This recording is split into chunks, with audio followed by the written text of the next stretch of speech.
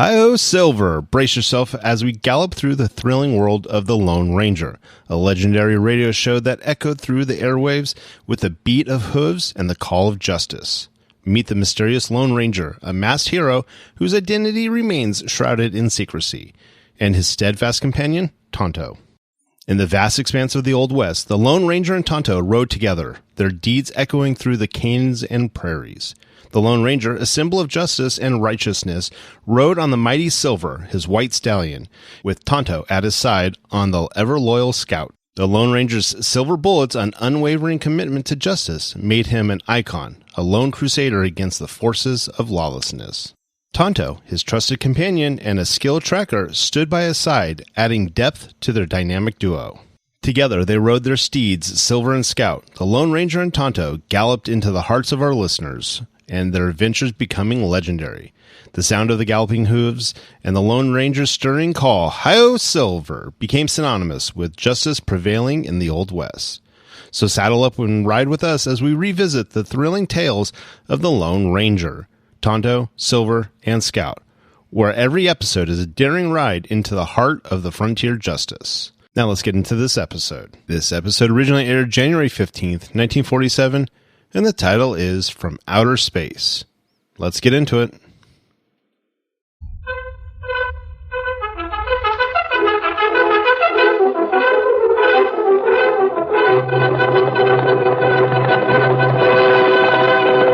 Hi-yo, Silver! A fiery horse with the speed of light, a cloud of dust, and a hearty hi-yo, Silver! The Lone Ranger!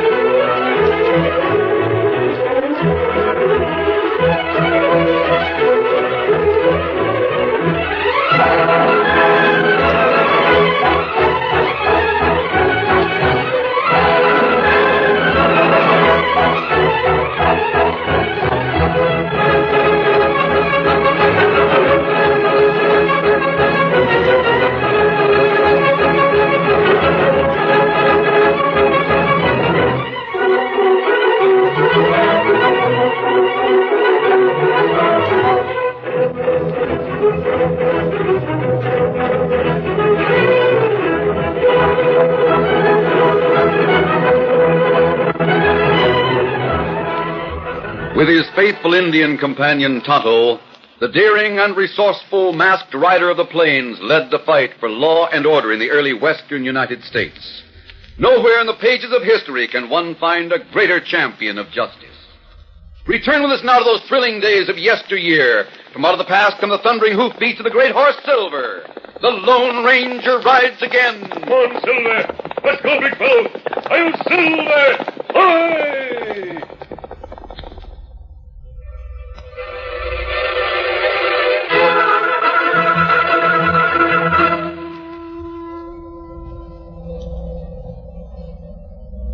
Early in the 19th century, a meteor hurtling through space plunged into the atmosphere surrounding the planet Earth. Heated to incandescence, it streaked as a ball of fire through the night skies over California, approaching at incredible speed to smash into the ground.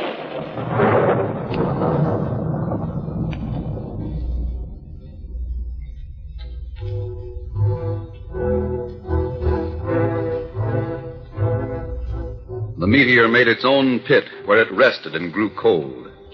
At first, the place was frequented by sightseers and geologists, but interest waned through the years, and the mass of rock and minerals from outer space was all but forgotten save by a few scientists. The place became part of a national park under the protection of the federal government. It was 60 years after the meteor's arrival when a group of scientists and high government officials held a meeting behind locked doors in Washington, D.C. Tell me, Dr. Madison, is it extremely important that you and your colleagues have samples of this meteor? It is, sir. This new chemical element you're looking for, just what is it? Well, as yet, it's unnamed. We do, however, know that the element, if it can be found and isolated, will have remarkable properties. It may have the elemental force of the sun itself. And you think you'll find this element in the meteor? We don't know. European scientists have made great strides in their research with meteorites. We cannot let them get too far ahead of us. You know, Mr. Calvert, it's been 3 months since you promised to secure pieces of that California meteor. Well, in those 3 months, Professor Lockley, we haven't been idle. How about it, General Fairbanks? That's right. Immediately after the first request, we filled the chest with pieces chipped from meteor. The chest was stolen between California and St. Louis. And there was another attempt. Yes. A second chest was filled with this mineral. What happened to that one, General Fairbanks? We don't know. Wells Fargo sent it from California on a special stage, which apparently disappeared into thin air. There, you see. That should prove something. Someone, probably an agent from a foreign government, is trying to block our research. We must take unusual precautions to get this chest through as far as St. Louis. Agreed. The meteorite is limited in size. If shipments continue to disappear, it'll be all gone. Have you any suggestions, General? Gentlemen, let me show you something that I've carried in my pocket for a number of years. Here. Why, a bullet. Yes. This looks like silver. It is. Silver bullet. Does it have a special significance? Very special. It was given to me by one of the most loyal sons this country ever had. You gentlemen may not have heard of him, but he's become almost legendary west of the Mississippi. I propose to find this man and ask him to help us get the chest of ore to St. Louis. Well, where can you find him? I know of only one way to locate him. I'll send word to a certain padre in a little mission in the west. What's this man's name? Well, as for his name, I don't know it. But he's called the Lone Ranger.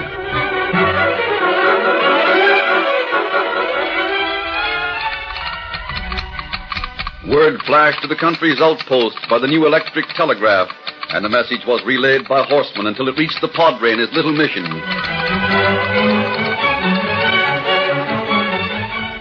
People from all sides came to the padre. When they left, they carried a message with them. The Padre's looking for the Lone Ranger. And if you see this Lone Ranger, amigo, you'll tell him he's wanted by the Padre.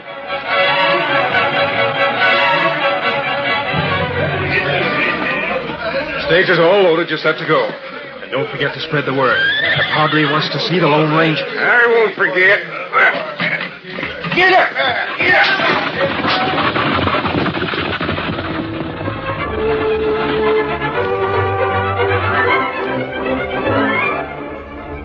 Meta Kuse, Deshaung Baker, Lone Ranger. Mexicans, half-breeds, Indians, pioneers, everyone spread the word in an ever-expanding circle until it reached an Indian named Tonto, who hurried to the top of Thunder Mountain, where he built 3 fires and sent 3 towering columns of smoke into the sky, a signal that was seen on a distant hill. Seen and understood by a masked man who leaped to the back of a snow-white stallion and shouted, Hold Silver!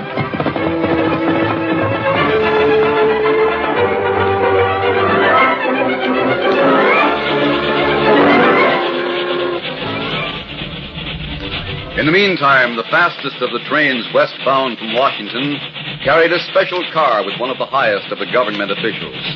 The car was taken as far west as possible, then shunted to a siding where the man from Washington and his aides waited and hoped.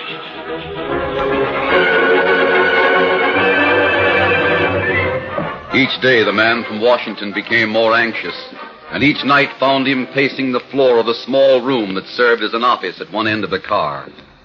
It was nearly midnight when he was startled by a soft rap on the door. What's that? I wonder. You. General, the Padre sent me. Ah, thank goodness. I'd almost given up hope. Come in. Come in at once. Thank you. Will you sit down? Thank you. I have a lot to tell you. Very well.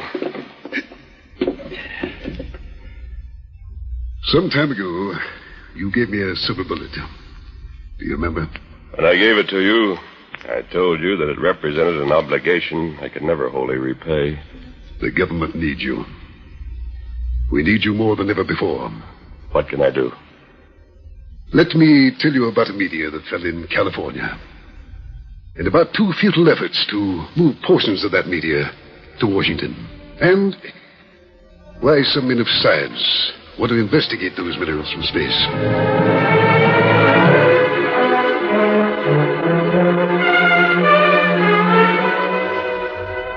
And a third chest is being filled with pieces of the meteor. And I'm convinced that enemies will try to intercept this chest, as they have the previous ones. See. The hazardous part of the journey is between California and St. Louis, while the chest is being carried on the stagecoach. Have you tried to maintain secrecy? Yes, but we tried on previous occasions. Enemy agents have sources of information. Yes, I know. We plan to move the chest over the Butterfield stage line, over the usual route through Yuma, El Paso, Fort Chadbourne, Fort Smith. I know the route. We considered making special arrangements for the stage, but decided against it because a special stage would attract attention and arouse suspicion. This ore, then, is to be carried on one of the scheduled runs? Yes. And we want you to see that the stage goes through. Have you any further orders, General? You may work in any way you consider best. It's up to you. You might remove the mask and disguise yourself to travel as a passenger in that stage. Well, That's merely a suggestion. You do what you think best. But see that the chest reaches St. Louis. I'll do my best, sir. I might explain that you will not be the only one who is watching this stage. A government agent will at all times be somewhere near the stagecoach. Well, I know him. There's a way by which you can identify him. Now, I'll tell you what is to be done with the chest when it reaches St. Louis. I see. How can I identify this federal agent? I don't know. What? He alone knows how he is to be known. He's put the information in a letter. Here it is. Yes? The envelope was sealed by the agent himself. The method of identification is something that and by you. Open this letter when you're alone, away from here. Read and memorize the contents, and then destroy it. This agent must have been told that I would help. He was. Will he know me? No. You'll have found him. Very well, General. From now on, it's up to you. Right. Steady there, Silver. Steady, boy. Silver. So that's the horse I've heard so much about. He's not often impatient. Where are you going from here? Well, Tonto's waiting in a camp about a half a mile away. I'll join him there, and at daybreak we'll start west. Good. Silver is impatient. Good night, General. Good night. And good luck.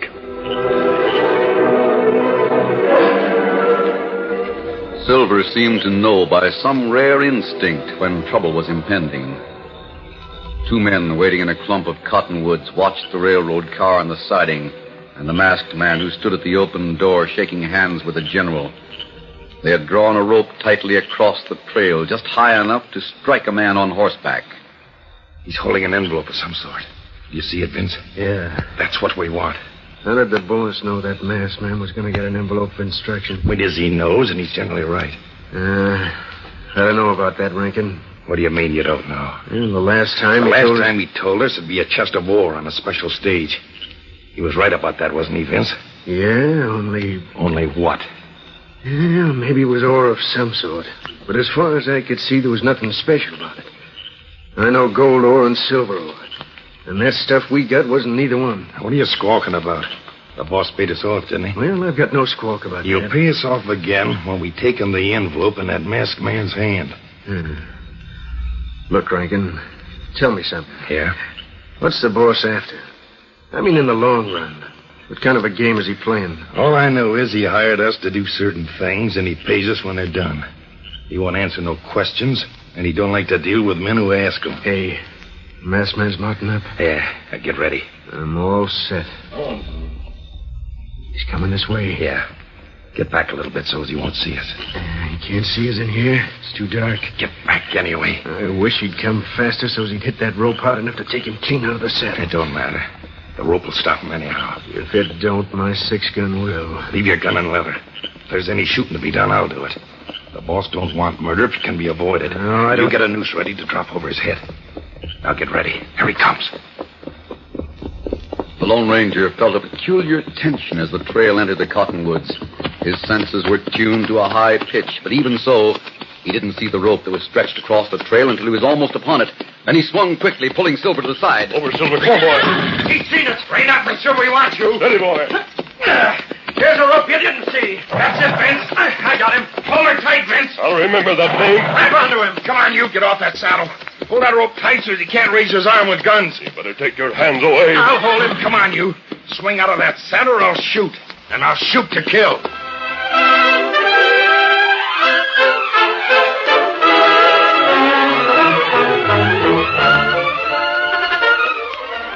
The curtain falls on the first act of our Lone Ranger story. Before the next exciting scenes, please permit us to pause for just a few moments.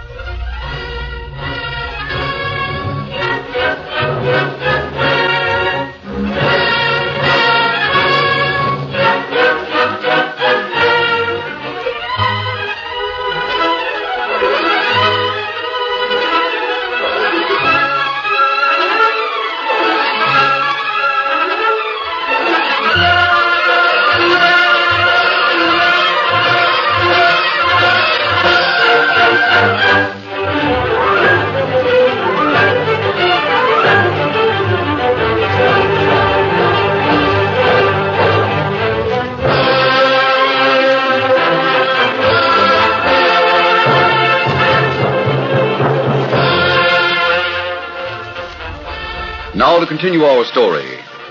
When the Lone Ranger left his secret meeting at midnight, two men acting on orders of one they called Boss waited where the trail led through a clump of cottonwoods.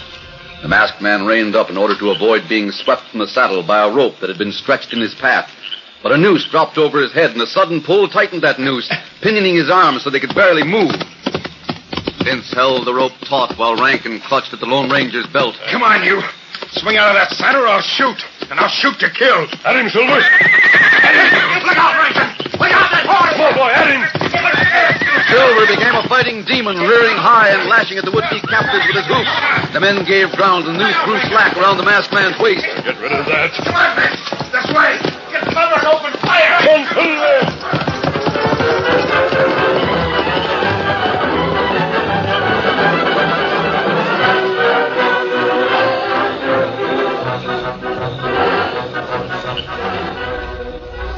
Soon after leaving Vince and Rankin somewhere in the woods, the Lone Ranger reached a small camp where Tonto was waiting. It took but a few moments to tell about his meeting in the railroad car and the subsequent encounter in the woods. You not go after fellas? No, I didn't, Tonto. Maybe them get you from ambush, huh? It wasn't that. I didn't want to risk losing the letter the general gave me. Oh, that right. The letter tells how a government secret agent can be identified. You think fellas follow you here? They do. Silver will give the alarm. Ah. He warned me when I was saying goodnight to the general. I didn't realize it. I thought he was just restless. When you read letter? You can build up that fire a little bit. I'll read it now, then we'll burn it. Tonto, fix fire. They wanted to leave the... Tonto. What matter? The letter. Tonto, it's gone. Gone. You sure? Yes, I had it in this pocket. One of those men was tugging on my belt. That must have been when he took the letter. Maybe letter fall from pocket. It couldn't have. It was taken from that pocket, and we've got to get it back before it's read. Throw that water on the fire and grab your horse. We leave blankets and other things here? Yes, steady there, Silver. Easy. Steady, boy. Be ready. Come on then, Tonto. Come on, Silver. Come on, Scout.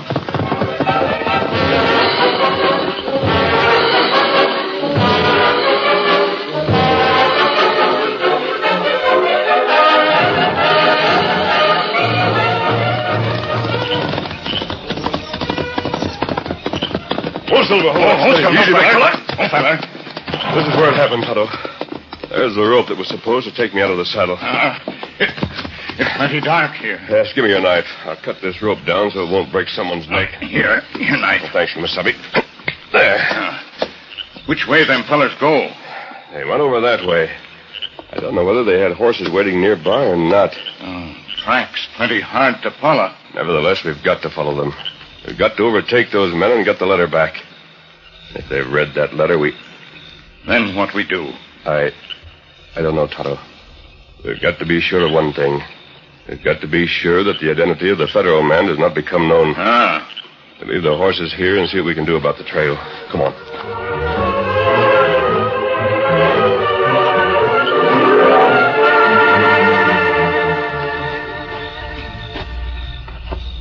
It took all of the combined skill of the Lone Ranger and Tonto to follow the trail in the dim starlight that filtered through the cottonwoods.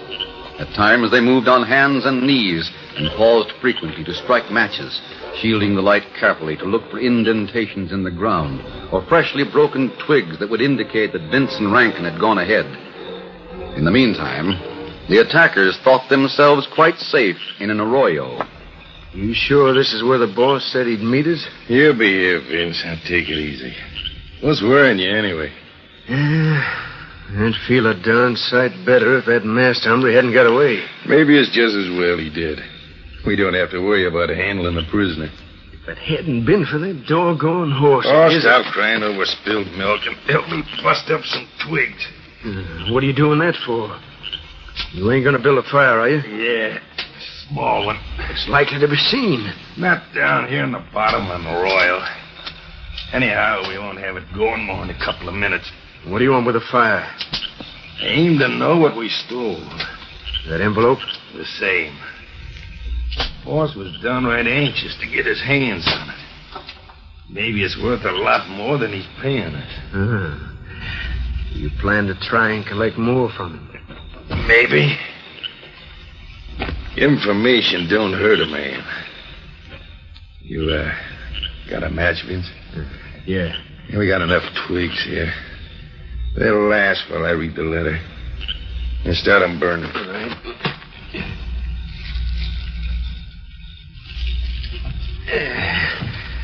I don't know as we're doing the right thing, Rankin. Me, I don't like to risk making the boss sore at us. He didn't say anything about not reading the letter.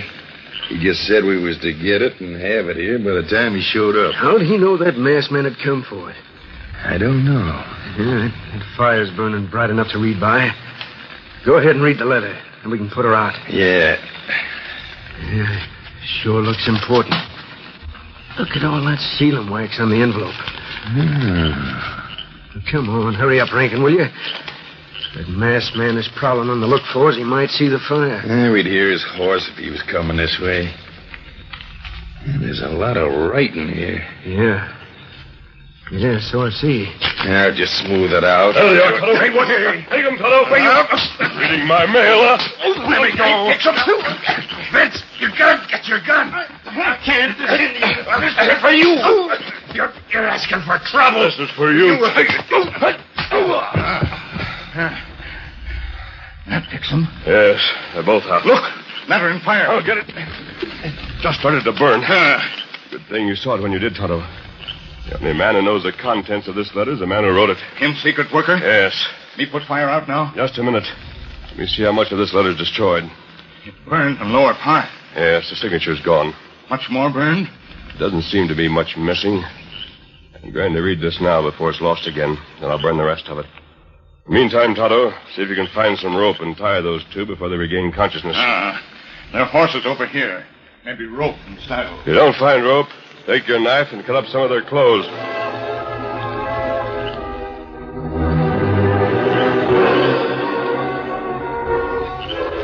While Tonto tied Vince and Rankin, the Lone Ranger held the letter close to the small fire and read it carefully, memorizing the contents.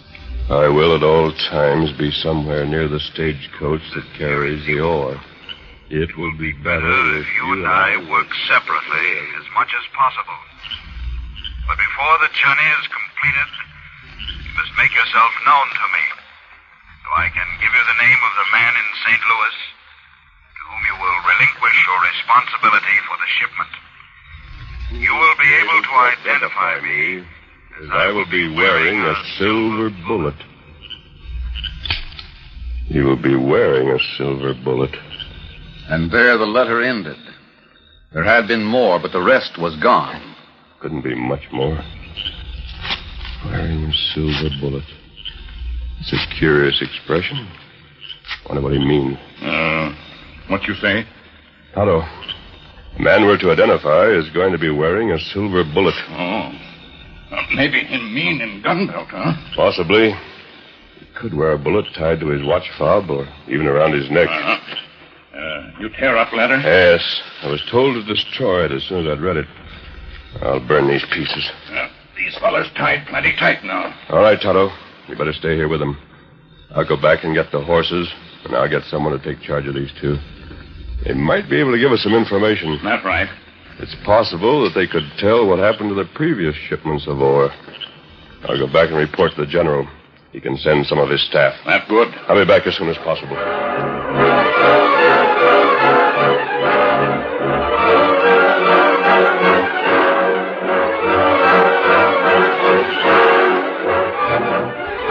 After the Lone Ranger had left, Tonto kept the fire in the arroyo burning brightly to serve as a beacon for the masked man's return.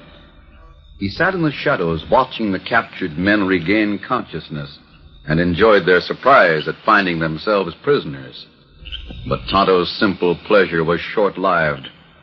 The tall, lean figure that approached in the darkness made no more noise than a shadow as he crept up behind the Indian. Vince saw him, but he gave no sign. Then Rankin's face underwent a slight change of expression that telegraphed a message to Tonto. He started to turn, but too late. The barrel of a heavy gun crashed against his head with stunning force.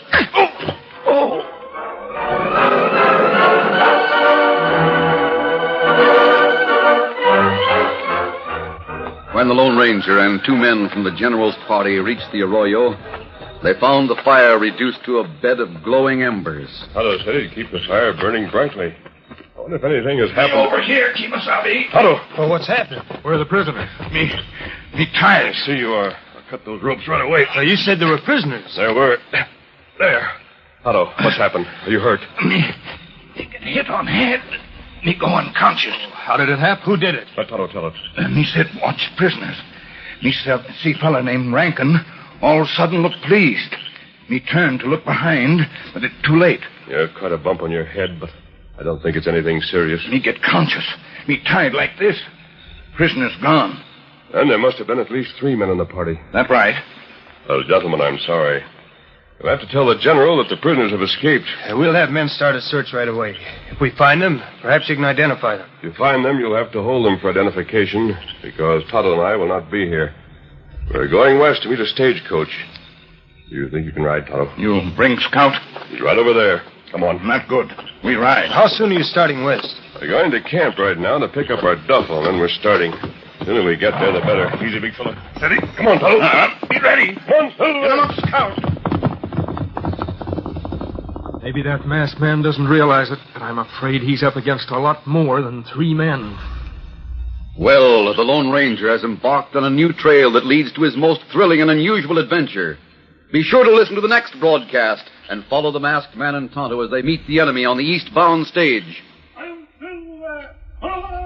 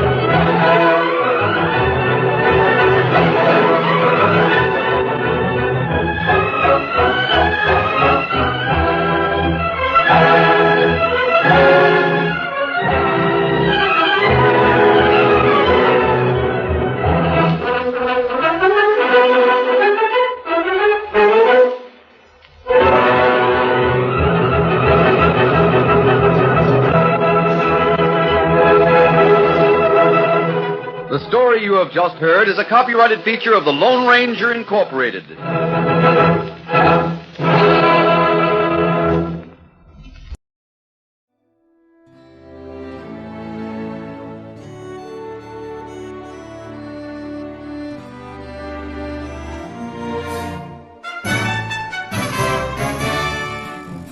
This has been a presentation of OTRWesterns.com, and we hope you enjoyed.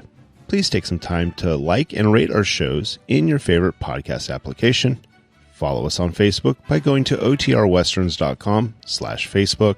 Subscribe to our YouTube channel by going to OTRWesterns.com/YouTube. And send us an email, podcast@OTRWesterns.com. You can call and leave us a voicemail, 707-986-8739. This episode is copyright under the Attribution Non-Commercial Share-alike copyright. For more information, go to OTRWesterns.com/copyright. Have a great day, and thanks for listening.